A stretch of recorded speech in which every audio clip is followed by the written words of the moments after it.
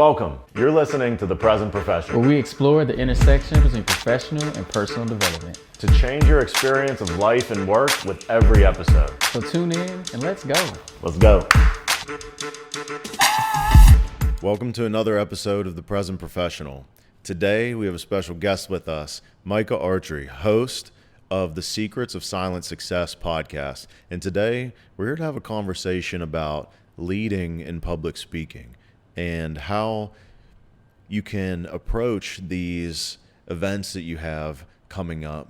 You can approach speaking to your team, to an audience, and different ways that we've all utilized in our public speaking events. So we're super excited to share that with you guys. And before we get into the conversation, I want to give Mike a moment to introduce himself.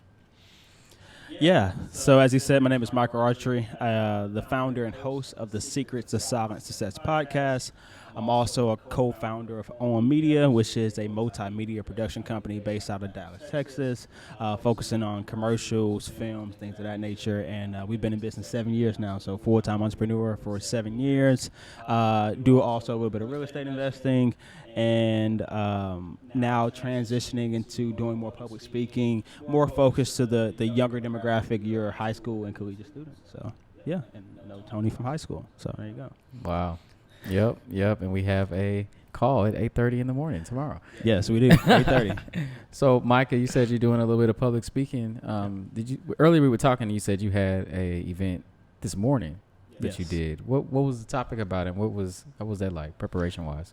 Yeah, so this morning was 2 of 6 presentations I'm doing for Tarrant County Community College up there in the Fort Worth area of Dallas. And today we were talking about leadership. And one of the things that I focus on mostly was communication. I think as a leader, you got to have effective communication from the standpoint of literally having the vocabulary to express your point. English fails us a lot of times. All right. Also talked about fight and flight response, or fight, flight, and freeze response, or F3 responses. So things like that, just knowing who's on your team, so forth. Mm-hmm. That's a big thing to address before you go in to address a room, right, is what comes up for you as a speaker. Yeah. So what's some of the things that you use personally to deal with your own fight or flight response, or if you even experience that? I don't know. Tell us a little bit more about that. Yeah, I'm human, so I definitely experience it. One thing that has stuck with me, I can't remember who said it or where I found it, but in terms of the chemical elements in your body and the way your body responds, excitement and fear or anxiety, fear/anxiety, are the exact same elements, right? Your hands get clammy, your heart races, you may feel the urge to go to the restroom, things like that. Mm-hmm. All of that is the same whether you're excited or whether you're fearful. So when I go, or I'm about to go on stage and present, or I'm about to go into a big meeting, I'm excited for the meeting. I turn on some music and I'm bobbing my head. I'm excited. I'm not fearful. I just lie to myself and say, hey, you're excited, right? Because it's the exact same endorphins getting pushed through your brain. Yeah. Mm-hmm. And it's funny that you mentioned I lie to myself, but your body doesn't know that. Nope. Nope. Right. That same auto response in your body, it's going to react the same way, but the story that you tell yourself is supporting you going on stage. Or anything in life. It's all about the story you tell yourself. Not to already go on a tangent on the podcast, but whatever you tell yourself in life is your reality, right? Mm-hmm. Yeah. Exactly. It's kind of what we mentioned in the episode on becoming resilient, right? And it's not what happens to you, but it's how you experience it. And it's the same thing when you get up, not just in front of a big room to speak publicly, but a lot of folks that can happen even just in a meeting at work, right? Yeah. Getting up to give a presentation in front of your boss. Mm-hmm. Little things like that. What are some of the things that you use, Tony? Man, when you said that, it made me think about the difference between giving a speech or giving a talk at work with your team versus an audience as a public speaker. To me, that's 2 totally different things. Like if it's a public speaking event, I'm excited, like you said. I may be a little fearful, but I feel more like an athlete, Like I'm getting ready to go into the big arena and I'm about to give a big speech. And it's a performance. Probably may or may not have been paid. Just depends. That also, makes a difference. But when you're at work and you got to give that speech, it's it feels a lot more political. You're really worried about how you'll be received. You're thinking about whether or not you're giving the right content. You might even have imposter syndrome. It really just depends, because the environment changes, because the audience is different. They're gonna see you again. They're gonna see you tomorrow. They may teams you or message you after the conversation, say, I don't know if that was right, but it's a little bit different for me. But I love the ability to get that adrenaline rush when I get up to speak, man. It feels amazing. Yeah, I like the idea, as you said. It's kind of like a sport. Like, you're an athlete up there. That's your arena, if you will. That's cool.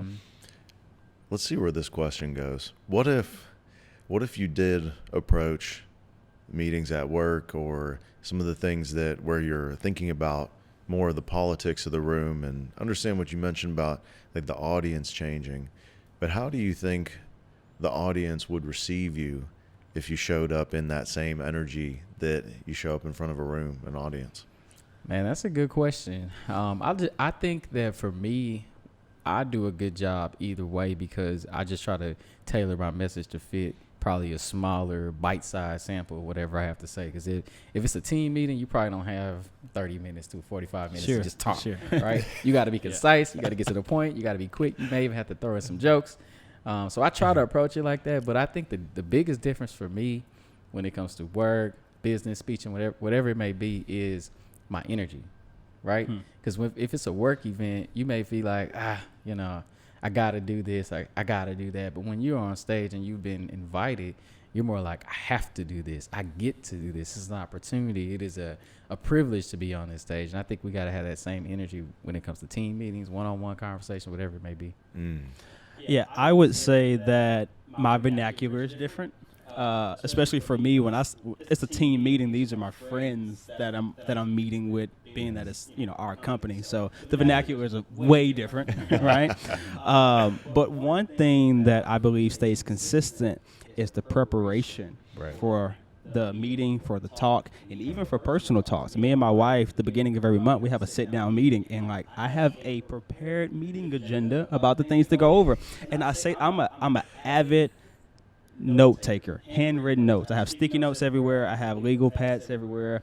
In college, it was tablets everywhere. So before I have a presentation, before I have a meeting with maybe a potential client, before I have a meeting with my wife, I'm writing down all those handwritten notes, and it helps me make the content real, materialize. It helps me memorize it. Handwritten notes is my secret to success, right? And I use that regardless of the meeting, the speaking, the presentation. I'm writing it all down. Wow. And bringing that up about what you do with your wife, I think that's so beautiful. I think it's something that is like something that you can co-create as well, right? Like, let's sit down and think about the list of questions that we want to revisit together. Right. And maybe they change a little bit every month, but that kind of check-in, like real, authentic, honest check-in, so it doesn't let things slip through the cracks and or let animosity or anything build up. So then you don't have any explosions, right? You just kind of sit down, have a real talk. I think that's really beautiful. How has that worked out for you, just sharing with the listeners? Yeah, it's worked out for me well, both personally and in business. And so you talked about explosions and animosity. I'm the opposite. I'm a people pleaser. I'm kind of passive. In my fight or flight response, I'm flight. I'm going to run from it, right? So if I have, tough topics to go over in a company meeting, or talking to a potential client about pricing, right? Or, maybe bringing up something that's uncomfortable at a public speaking presentation, me going to therapy, right? If I don't have those things written down in front of me, I may skip over it because it's hard to talk about. But I'm a very analytical guy, and so if it's number 3 on my list, I will have to hit number 3 on my list, or it's gonna grind my gears, right? So literally, if I'm talking to my wife, or if I'm going over things in the meeting agenda, or if I'm talking in a presentation on a PowerPoint, if it's written down and it's number 3, no matter how uncomfortable number 3 is, I'm gonna say number 3, and it comes out before I can even realize, and I'm like, okay, well, we're here now, right? But it's because I wrote it down. I held myself accountable to it. I was gonna chime in and say, I have definitely have meetings with my wife as well. We have whiteboard meetings. It's crazy. Yeah, you got to. But you know what I noticed in like practice of being a better and a more effective communicator is the better I communicate with my loved ones or people around me that see me all the time, the easier it is when I meet a stranger, or the easier it is when I'm in conversation with a large audience, because I'm already in motion of being a good communicator. If I'm just talking to people raw, I'm likely to do the exact same thing when I get on stage and you talk about that vernacular. It's just going to change. My code switch might change. I might just be flying off the handle and I'm like, did I just say that? Yeah. Yes, you did. Call my boss, bro. Right. Yeah. You talked about communicating with others.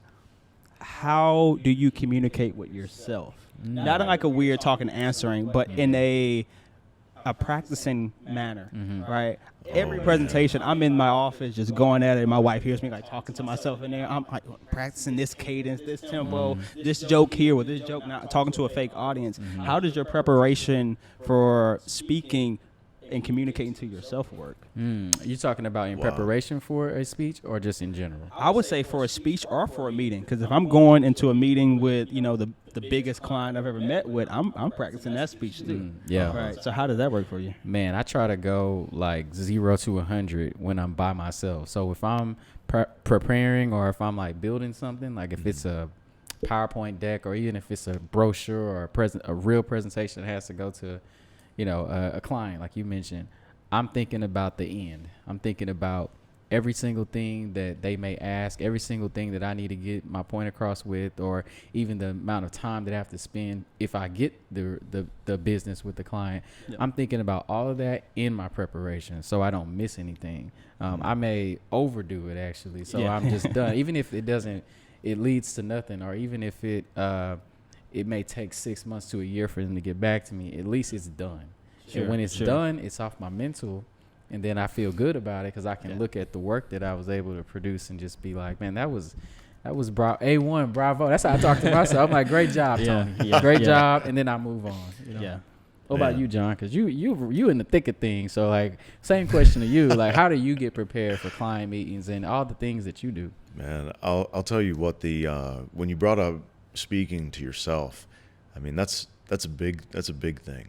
And the one thing that I wanted to point out from one thing that you mentioned about it sounds like you're really starting to get to know yourself really well, right? That, you know, I'm an analytical person. I make the list because I know like that sets me up for success, right? And while that might not be the same for me or Tony, and you went into like how you go into it with 0 to 100, but it's all about knowing how that we show up ourselves the best.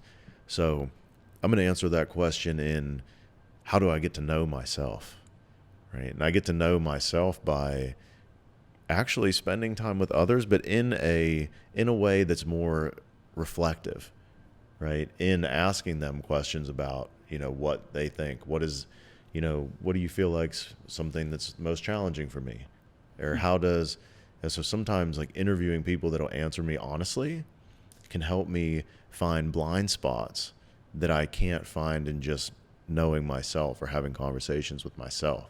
So when I'm approaching a public speaking event or a major talk with a new client, one thing that always works for me is bouncing it off of someone objectively that will be an honest mirror to me and will not be just a supportive mirror that's going to tell me what I want to hear in the moment, like great job, right? So it's utilizing my network and those close to me that I know will be honest with that. Like you, Tony, I know you'd be honest with me, and that I can share that and say, what do you think? What do you think about this? How does that come off? Like on a cold eyes view, like how does that sound to you? Right? That helps me. But then self-dialogue, I will speak it out. So before a talk or something, I will speak it out to a mirror, just in the shower, just whenever right, just any time that I get.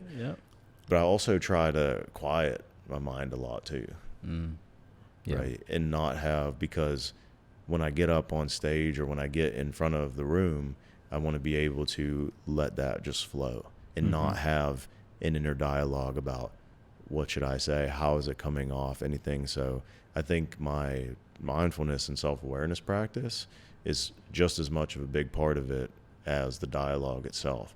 So being able to quiet the mind and let my speech or the meeting flow through from the preparation. I'm gonna dive a little bit deeper into that, because I feel that there's a pain point of mine. It's quieting that inner dialogue. Because when I'm in the audience, especially if it's like a 15 to 30 person audience, you can see facial expressions. And it's like, that person's into it. I'm not sure about that person. I don't think this person likes me at all, right? And so how do you quiet that dialogue down? And maybe, hey, you got to care less about the audience and present. I'm like, hey, I want everybody to love it. But what are some of your techniques for quieting that inner dialogue down, if you will?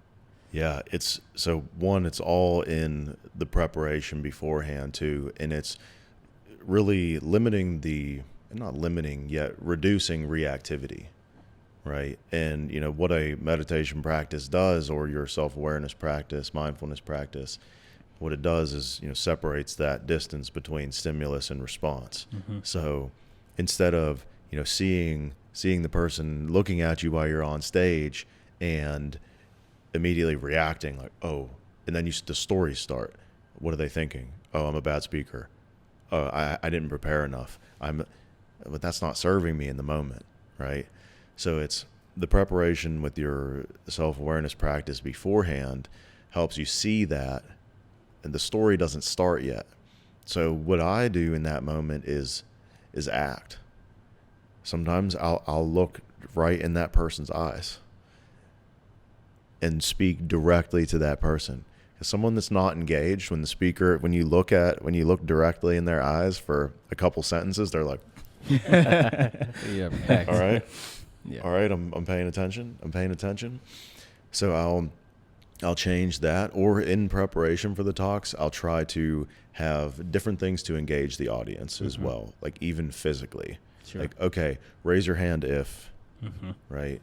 Or who's ever experienced this, right? Or anyone, and sometimes if it's a small enough audience, like if anyone's willing to share. Yep. And another awesome thing is like knowing if you know a few people in the audience and you have some like angels out there that you can like point to in a time of like, okay, we need someone to get engaged here, right? And be able to kind of stand up and speak about like something that you're talking about, and then everyone feels a little bit more comfortable. That can be another saving grace. But I'd say mentally what I do in that moment is I'll look right at that person, see them, speak to them. And it's the same thing that happens in the yoga studio for me, actually. Because when you teach to one person, the whole room hears it and listens, right? I can give someone a cue in a yoga class, right? Send your knee up towards the top right of your mat, John, and talk to someone specifically, and you'll see everyone else in the room's knees move, right? So that's what I do, is like, rather than kind of darting around and seeing how everyone's receiving it, it's like I'll speak to one person in the room and move to another person and move to another person. So then it makes it a little bit more intimate for me. Wow, yeah, that was powerful, that. man. Yeah, I was gonna say, just to piggyback off of that, is I definitely get the audience involved. That just helps me feel better as a speaker if I'm able to relate. Maybe even telling them to stand up, like you said, raise a hand. I may crack a joke. Like I had a speech maybe a few weeks ago, and the thunder struck right when I was about to say something, and I'm like, did y'all hear that? Like, it just getting everybody loose, versus just being so, lectury. And another thing that I do is I try to take, speaking gigs that speak to me. Like if it's within my wheelhouse, I'm on it. But if it's stuff that's a little outside of my, not even comfort zone, I would just say my expertise, Sure. I try to just either pass that on. Like I definitely have probably passed things to, hey, John, this may be better for John than me, or, I have another friend I may call on. But it just helps me feel better as a speaker. When you talk about preparation, now I can really dive deep into a subject and really give it my all, as opposed to spending a lot of time doing a lot of research on something that I really don't know anything about. Yeah.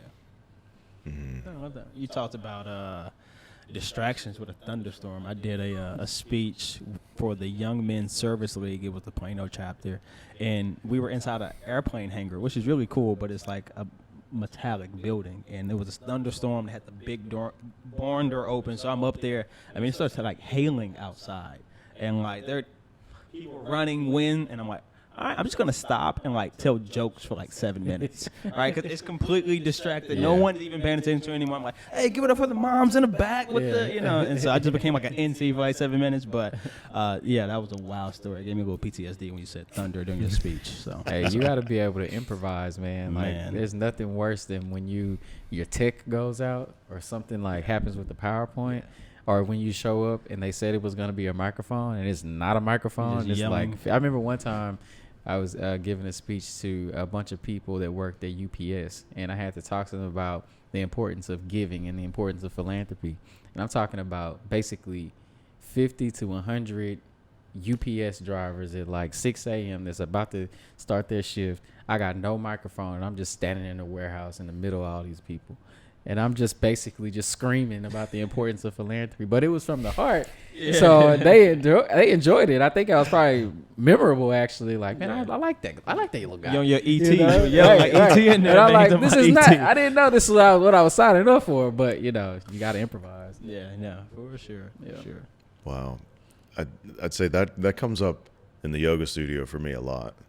Like, this is the place where I'm, giving a speech, leading an experience every single week. And there's been some really random stuff that has happened in the yoga studio. One time I had a student just straight up reach out and grab my leg as I was like walking around the class. And I'm teaching the class. I'm like, excuse me?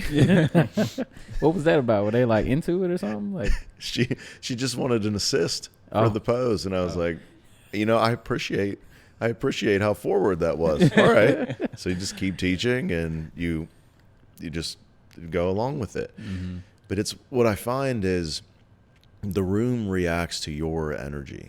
Facts. Yep. Right. And if I were to get frantic when that happened, oh my God, what just happened? Why'd you do that? Is something wrong? Mm-hmm. And everyone in the room is like, and feels that, like, what's going on? The teacher's uncomfortable. That means we should all be uncomfortable. Speaker's uncomfortable. Something's wrong, right? So it's on us, like when the thunder strikes or when someone grabs your leg in the middle of the class, like to maintain that cool. Mm-hmm. When the music cuts out, when the mic goes it's not off. there. It's non-existent. Right. I was gonna say it's never there. It wasn't even there. Right. Exactly. And when you just carry on and not even address it, music stops, and you're just like, you just keep going, keep speaking, keep teaching. Yeah.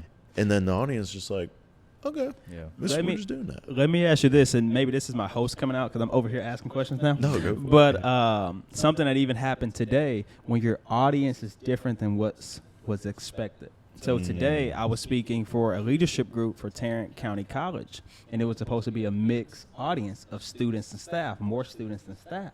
It's like one student showed up, and now I'm speaking to a room of faculty and staff, and you have a presentation for freshmen, right? How do you navigate? I'm like, hey, guys, we're just going to do a refresher on leadership, right? We're all leaders in here, and so you just try to, I guess go with the flow, if you will, but you ever had that happen to you? Man, if I'm in a situation like that, I'm immediately pulling in the people. I'm immediately pulling in the staff to validate what I'm talking about or give me examples of how this is shown up for them. Because if they're leaders in there, and whether they're veterans, rookies, novice, it doesn't matter. They have some experience, and that can help create a conversation that I would let happen organically, and then I go back to my material, So that's kind of I've probably been in that situation. That's probably why I'm reacting with so much excitement. Yeah, for sure.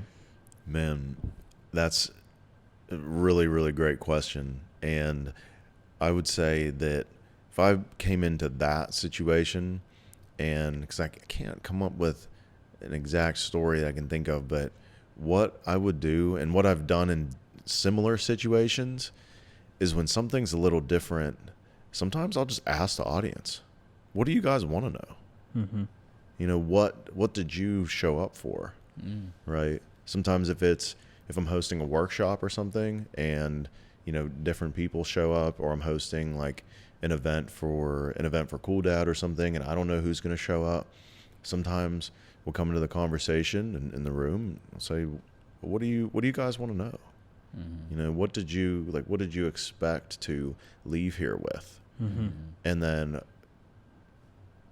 whatever comes out, usually it's tied to something that I can speak to, and then just move from there. Because that's like, how do you get to know your audience? Ask them. Yeah. Hey, I was going to ask y'all a question about virtual versus in-person speaking. So when COVID happened and we switched to hybrid, virtual world, all these things, like how did you naturally, or was it not natural when you had to give presentations virtually? When you're staring at a screen, you got the Zoom going, you got breakout, you got all these variables happening that did not exist pre-COVID, because most times we weren't giving full out speeches on Zoom. At least I wasn't. Yeah. So what was that change for y'all like? Wow. I didn't do very many, to be honest. I did about 3 or 4. And the ones I did do were directly correlated to my film that I put out, Black Men in White Coats, which was a film about the lack of diversity in medicine. So I was speaking to not medical boards per se, but people who attended medical schools or who worked for medical schools, things like that. So it's a really cool experience. This is a weird analogy. Maybe the producer takes it out, but I almost felt like a person on cocaine, because I'm like super hyped on front of my webcam, and everybody in there just like, just clicking through inside their house. Like, and you may or may not have pants on. Yeah, right. It was so the just cocaine fits. As much as we were talking about connecting with your audience and sharing that energy, I could not figure out a way to do that through the screen, right? Like I couldn't get any chuckles. I really couldn't get any like excitement. You get a couple people nodding their heads, but people are zoned out. You see somebody else on their other screen on this side. So it just felt like you're the little hyper bunny over there trying to give some energy, and you're just not getting it reciprocated. And so that was kind of my experience with the Zoom speaking. Yeah. I didn't do very many though, but that was me. Man, it's interesting that you said that. This is where actually teaching yoga meditation like really comes in handy, because you know I'll put everyone in an exercise like immediately. All right, settle in. Just to make sure you're present, we're gonna start with a 5-minute meditation. You can turn your cameras off if you'd like, and get started in that. It gets people in their bodies, off the screen, and also you have to set ground rules for a speech over Zoom or a workshop over Zoom. You got to set ground rules, like there will be a break for you to check your email. So I invite you to close everything on your desktop right now, to be fully present, and here's why. And it adds to it even more if you can have someone come on in leadership and speak about why they're here today. Like, here's why we invited Tony in to speak today. And this is why it's important. And if you have leadership example, like they're putting their email away, they're fully engaged, usually that will move down through the staff. But then if you have a general audience, I recommend like some kind of exercise, like even just some like light stretches or something, like get them out of their minds into their bodies and seated, right? And that's what works well for me, especially for virtual.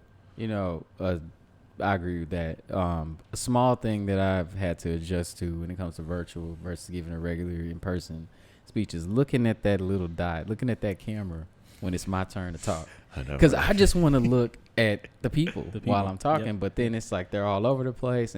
But when you can just take a moment to not look at the people and just take a look straight in the camera, I feel like I connect with the people in the virtual meeting better. Like I feel like it's almost like we're looking eye to eye, instead of me like wandering around making sure that people are engaged with me, swiping the screen, like making sure everybody's camera's on. I just focus on locking in, and then that gives me the presence to say whatever I have to say. Sure. And I mean, I feel like it works, because when people have done it to me, I'm like really looking at them when they give their talking points. And related to that, sometimes I'll shrink the whole window up towards that camera spot. Yeah. So then it's like if I'm trying to see someone, then I really, really got to look, but I'm still keeping my eyes within that same spot on the camera. Yeah. Right. Yeah. Hopefully we're in person from now on. Yeah. Knock on some wood. Hopefully that's the case going forward. What about the people out there who may be listening and they say, I'm not a good public speaker, or I really do have that like fear of public speaking. As people say, that's the number one fear for a lot of people. What advice do you have for them? I'm gonna take Nike's trademark and say just do it. The reason why I say that is because no matter what I was fearful of ever in life, I can think of it. It could be, going up to talk to the pretty girl in class. It could be, raising your hand and speaking in class. It could be anything that required you to literally move. All of my nervousness, anxiety, and fear left when I did that said activity. Yep. And so before I go on stage, even right now, we talked about it, the comparison between excitement and anxiety and fear, right? All of that I still feel before I go on stage, before I go into that meeting. Once I get on stage and I see a smiling face and I start, all that's gone. My hands aren't clammy anymore. Right? I might get a little thirsty, get some water, be all right. But I think, not to take Nike's line, but just do it. I think that's the best way to fight that fear. It's good. Yeah, I agree. There's been, I remember even before football games in high school, I mean, it was whether it was nerves, excitement, but I was known for it. I threw up before almost every single game.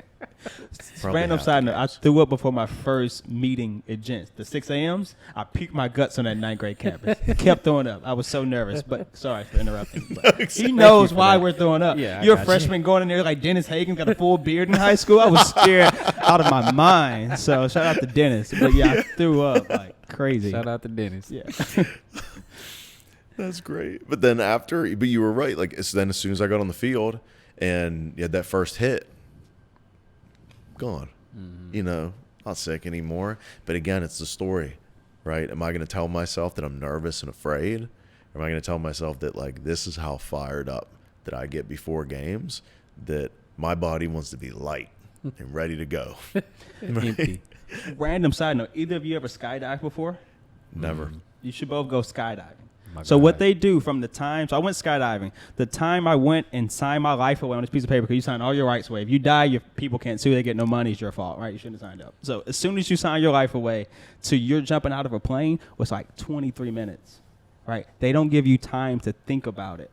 And so I remember I'm strapped up to my guy, and like they open up the door, it's like, all right, you ready? And he just crosses to the front. It's like, I'm going to jump on 3, 1, boom, literally gone, right? Because they don't want you to think about it. So one of the things that I do, if I have the ability to go first during the presentation, if I have the ability to not have to wait, it's the tension that kills you. It's not the activity, it's the tension waiting for the activity. So if I can get out there and go first, I'm going to go first every time because it doesn't allow me to get inside of my own head. So that's been one of my big keys. For me, it's repetition. So when you talked about Gents, so Gents was a high school organization that Mike and I were both part of. Years apart, but in the same organization.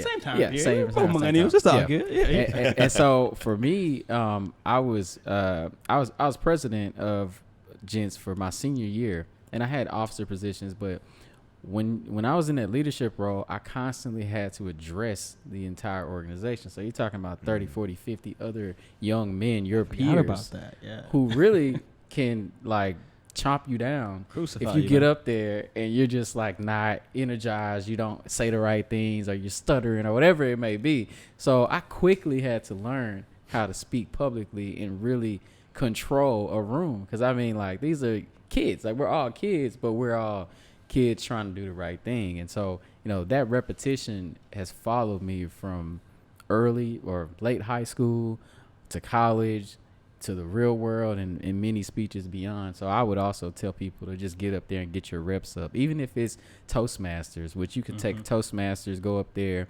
and speak about any subject with no judgment, because that's the whole purpose, and you're building your reps up. So I did Toastmasters too, and I definitely recommend it if you have never spoken publicly. Yeah, Building your reps up. Yep. That is huge, right? Even if it's a small group. Right, just getting, if this is something that you want to do, if you want to become a better public speaker, you can't do it without getting your reps in. Period.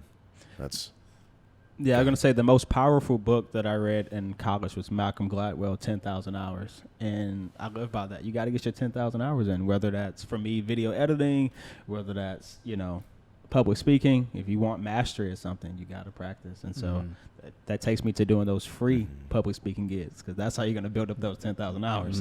Yeah, right. For sure. And, we've been talking a lot about preparing mentally, preparing ourselves, doing the reps, and the way that we can interpret and tell the story about the situation.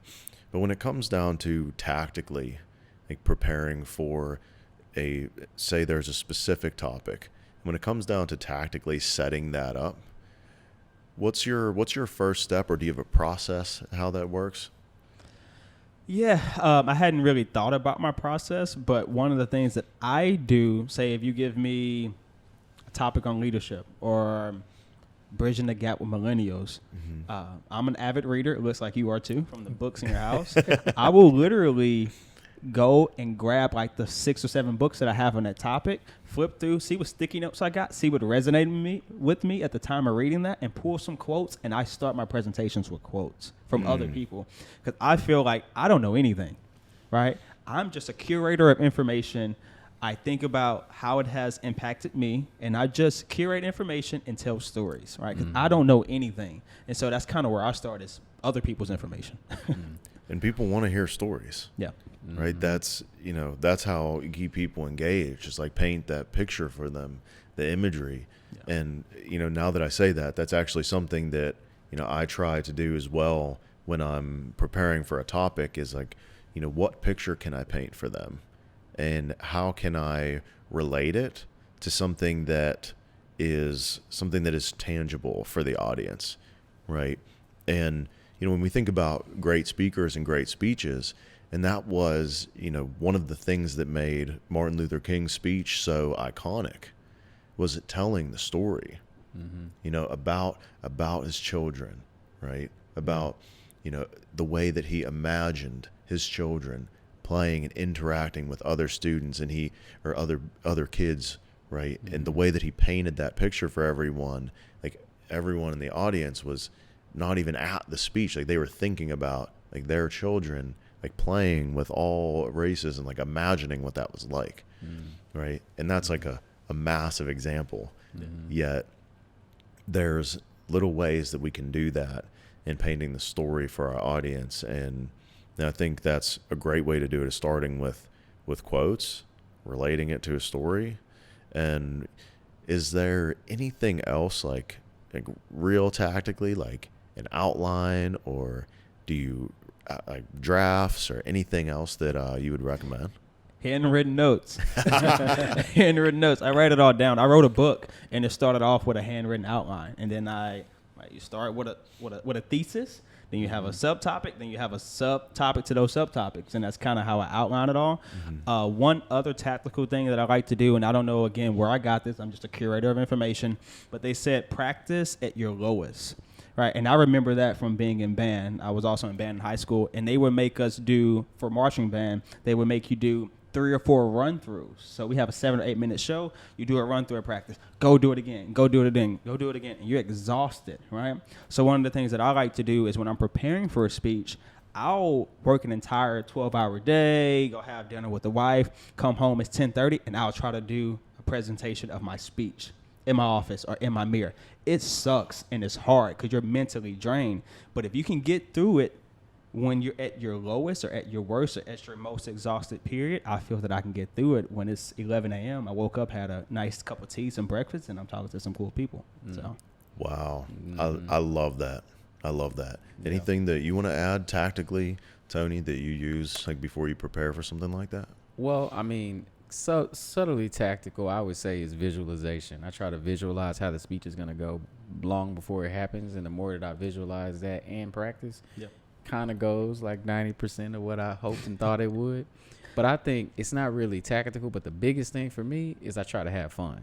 I try to keep it fun. I try to go up there. I try to make people laugh, but I'm not a comic, but I'm going to try to bring you a topic but also make it a little lighthearted. Because a lot of times I'm brought in to talk about some serious stuff. Like I sometimes come and talk about diversity in the workplace, and it can be a fun topic, but it's usually hard because you got to lead with facts and data and statistics. So, I try to keep it light. I try to keep it fun. When you talked about MLK in his speech, one thing a lot of people don't know is that he threw the speech away, and he was just mostly speaking from the heart. And when you are able to just speak from the heart and keep it light and not worry about if you stutter, if you stammer, if you mess up a word, or if did I say that right, and you just go, the audience feels that, man. That's the people that connect with you and come up to you after the speech and like, man, it felt like you were talking directly to me, and like that's when it clicked. So I love just keeping it light and fun, man. Yeah. One tactical thing that I would ask you on, I love your pacing, even the way that you talk just casually. I love your pacing. One of the things that I struggle with, especially when I get into it, that adrenaline starts pumping, you forget about the notes. My favorite part of a presentation is when people ask you questions, because I mean, you're put on the spot and they give you a question that you're like invested in, and you start going, right? You start talking, at least for me, I start talking faster and faster and faster. So I would ask you, like I said, I love your pacing, but both of you all, what are you doing tactically to keep your pacing, right? That you're not just speeding through content. For me, and thanks, and for me, it comes down to back to seeing someone, because when I slow down and I really want to speak to one person, it helps me slow down more. But if I'm darting around or like looking up to the sky or thinking about myself, that's when a voice starts to speed up and I start to ramble, fill little spaces. And it's like when that judgment comes up, that's when a lot of the filler words come up. I don't know, kind of. It's like I'm just trying to stop the silence.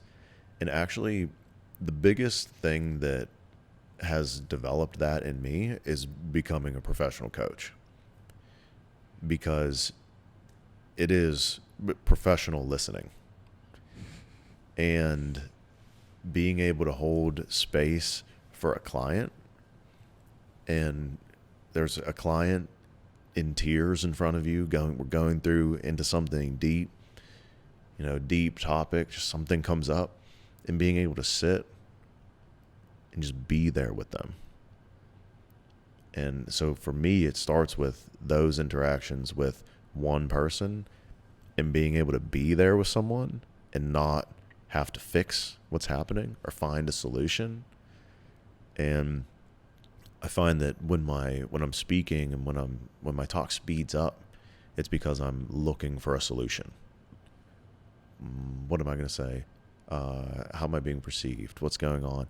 Like there's always an inner dialogue going on, but when I focus on the audience, when I focus on the client and what that's going to mean to them, and what are their needs, and what does the audience need to hear.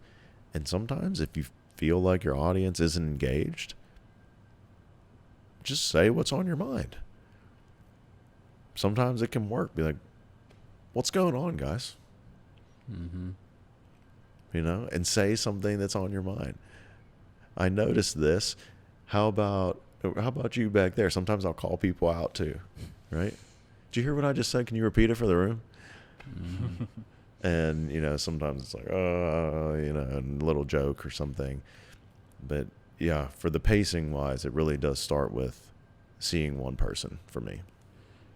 Yeah, that's you just good. explained my speech today, not to cut you off, but literally started having that internal dialogue go off because you were throwing a curveball. I just said, like, hey, I was supposed to speak to students, and I'm speaking to faculty and staff. I don't have anything prepared for faculty and staff. So everything you just explained was literally my inner dialogue during today's speech. So thank you. That was awesome.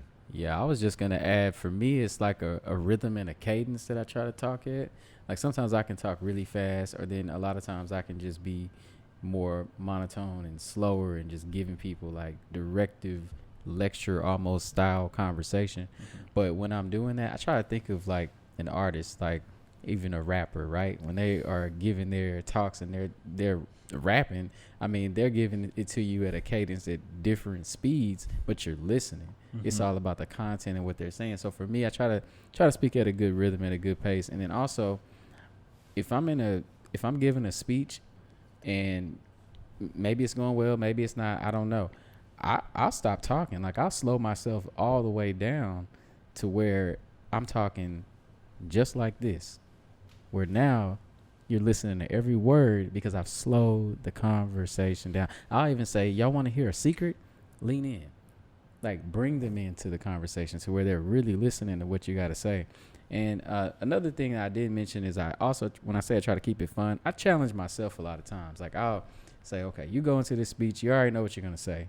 Can you not say Yeah. Can you not say Like, challenge yourself just to not say And that makes it fun for me. That makes it a game for you. That makes it like, I'm trying not to say that word while I give this amazing speech, and I'm speeding my cadence up and down. And last thing I'll say is one of my professors on my summer courses for my doctor program, he said, not to me, but to all of us, to keep your slides super simple. I mean, just an image off Google is sometimes all you need. You don't need to overexert yourself with trying to explain your topic. Like, you can just put up a meme and talk about that meme, and then people will connect with that meme more than your words sometimes. So, and I wanted to just back on cadence, and that's another thing that you can utilize as well, right? Is varying your cadence in your speech to really emphasize something, right?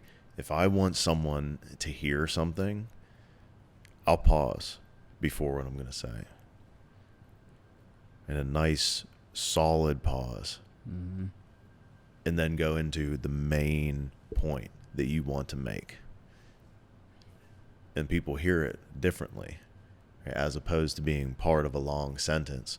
So there is something in varying your cadence that can help emphasize certain points and leave space. And then one other thing that you brought up, the slides, is blank slides are huge, especially if you're giving like a talk in a big audience.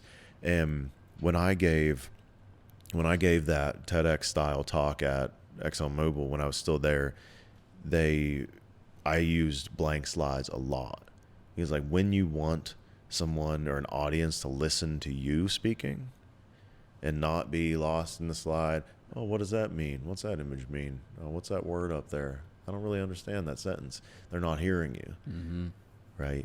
So I'll turn the slides off. Like, sometimes like the clicker will have like a blank button, but I used blank slides there. Would flip to that next slide in that portion that I want you to see me when I drop this line, right? So blank slides are a huge way to emphasize your key points. And when you want people to, or when you're telling a story, you want people to listen to the story, is another big part of it as well. Last thing I'll add to that is remembering that a lot of times when you're brought on to speak, you're the entertainer. You're the entertainment. Like, there's no other performance than you giving that talk. So I know I've said fun and light a lot, but I mean, remember that too. Like, people may eat around or after your speech, but you are the reason why they came, or you were selected for that event. So, take pride in that too. I'd also add that for sure. Yeah. How do you acknowledge yourself, Micah? Define acknowledge yourself. Like, after what Tony just mentioned, like, you were invited, this was something that I was chosen for. And like, how do you tell yourself good job? How do you tell yourself that, what you did right, and what you want to give yourself some appreciation, a pat on the back for? Yeah, one things I do that I hate doing, I record every presentation. As a media professional, I have cameras there all the time. And one thing I'll notice, I haven't watched myself from today, but I would give myself a 4 out of 10 on my scale. I did not feel like I gave my best performance today. And what I've learned sometimes is I go back and watch, and I'm like, okay, I was a little hard on myself. It's like a 6, right? And then you can go through and technically break down what you can improve on. Okay, well, you ran through this, or hey, that was not enough pause right there, right? Like little tactical stuff. But for me, what I love about the current project I'm working on is I get 6 iterations of doing the same presentation. And that is just golden for me. That's like half a football season, right? I can literally watch film, critique, try something new. Watch film, critique, try something new. And so I think that's kind of, I don't know if that answers your question, but. Wow. I mean, I'm glad I asked it, though, because it brought up a great point, is filming yourself, watching yourself speak is the best feedback that you can ever receive. Yes. Yep. Because we are our own worst critics. Yep. Like, we're our own toughest critics when it comes to feedback. And, like, that is huge. But then at the same time, right, that's where the acknowledgement comes in. It's even more critical to not just beat yourself up so much that it's coming back to the growth mindset, you know, that we talk about so much on this show, is like building yourself up and acknowledging yourself for the progress that you've made already, and that I am in this room, that people were sitting and listening. Someone did come up after and get something out of it, right? So at the same time, while it's good to be critical, laser in on the feedback, it's also critical to acknowledge the work that you've done. Yeah, and I think one of the things, to answer the question directly, how do I acknowledge myself? One of the things I like to do is look at how far I come, not how far I have to go. Right? I get caught a lot. I watch this TED Talk, or I look at Tony, I'm like, oh, I got to get there. I'm trying to get there. But then I go back and watch myself give a presentation in 2018, and I'm like, oh, my goodness. I was like running through the presentation. I think I speak fast. And now I'm watching myself, and I don't understand what myself is saying in 2018, right? So that's how I acknowledge, hey, you're better than that guy in 2018, and that deserves some, pat on the back. You got some ways to go, but you've come a long way. What are some of the things that you critique yourself on, as you talked about when you're watching the tape? What are you looking for? My biggest thing, and it's even with my podcast, and I've noticed this because I edit myself, right? It's the combining of sentences. It's the weird placement of commas and periods in sentences. So I almost did it right there, right? I had to stop myself before I went into that next point. You saw that? Yeah. And so I've gotten better at setting up the big punchline. The hardest day of my life, right? I got that pause there. But it's when I start running and I get into a story and I get into an example that sometimes those breaks are not happening. And therefore I believe some people may miss the point that I was trying to make. So that's been my biggest, I guess, pain point that I'm working on, even in the podcast. It's funny that you brought up what you just said, because in coaching, well, I think we would call that stacking questions. Like, that's something that they teach you about in your ability to become a coach, is your ability to not stack your questions, which is ask a question and then ask another question within that question, because you're trying to get your point across, because you can confuse the client. Yeah. Like John was mentioning, you're a professional listener, right? So when it's your time to talk as a coach, you really got to get to the point quickly, because it's really all about them. So that's like, as you say that, it just made me reflect on, wow, I hadn't processed that. And I hope that when I give my next speeches, I'm able to listen to what you just said in the coaching practices, and then just kind of bring that to my speech to just get to the point. Yeah. This was a fantastic conversation, and I want to give our listeners one thing to walk away with from each of us in regards to what we talked about today. So if there's one thing, Micah, if they were busy or forgot everything throughout this show, and one thing you wanted our listeners to leave with, what would it be? Can I take two? Yeah, you can take two. Go for it. I think the two things, going back to facing that fear of public speaking, is just to do it. Nothing moves unless you do, right? So if you want to accomplish something, if you want to get better at something, you have to start. So I think that would be the first thing I want people to leave with, is to start. Get out there and just do it, in my Nike voice. The second thing is to go back to what Tony said. Once you do it, then you got to have repetition. You got to do it over and over again. Talk about those 10,000 hours to get that mastery. It's all about repetition. So that would be my two things. Get out there and just do it. And then once you do it once, do it a whole lot of times after that. Man, I love how you led with that, and then you follow with repetition, because I was going to say that, but in repetition, it's, find your speaking voice. Be the best speaker that you can be. As you do those reps, it's not about becoming any particular speaker that you see and you want to be like them. No, be the best you, and that's all you got to do. So you hold yourself to that standard of the best speaker that you are, and you keep doing that, and you keep doing that. And like Micah mentioned earlier, you record and watch yourself and see how you can tweak and technique your speaking abilities even better, and get even more crisp, and find that voice that you really want to project to the audience. And the last thing I'd say is having fun. Make it fun.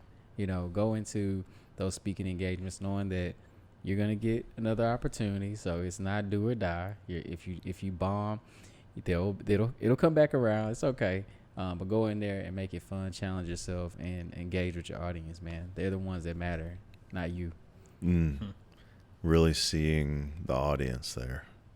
And just to piggyback on having fun, appreciate yourself. Appreciate the work that you're doing. Appreciate how far that you've come, even when you take a step back as you move through your 10,000 hours. And thank you guys so much for listening. I hope you got everything that you needed from the show and you're ready to get up on stage or up in front of the room. So you can find us anywhere that you get your podcasts, and you can get more on thepresentprofessionalpodcast.com. You'll be able to connect with all three of us in the show notes. We'll put everything in there for you guys to reach out, listen, connect. Again, thank you for being a part of this community, and until next time.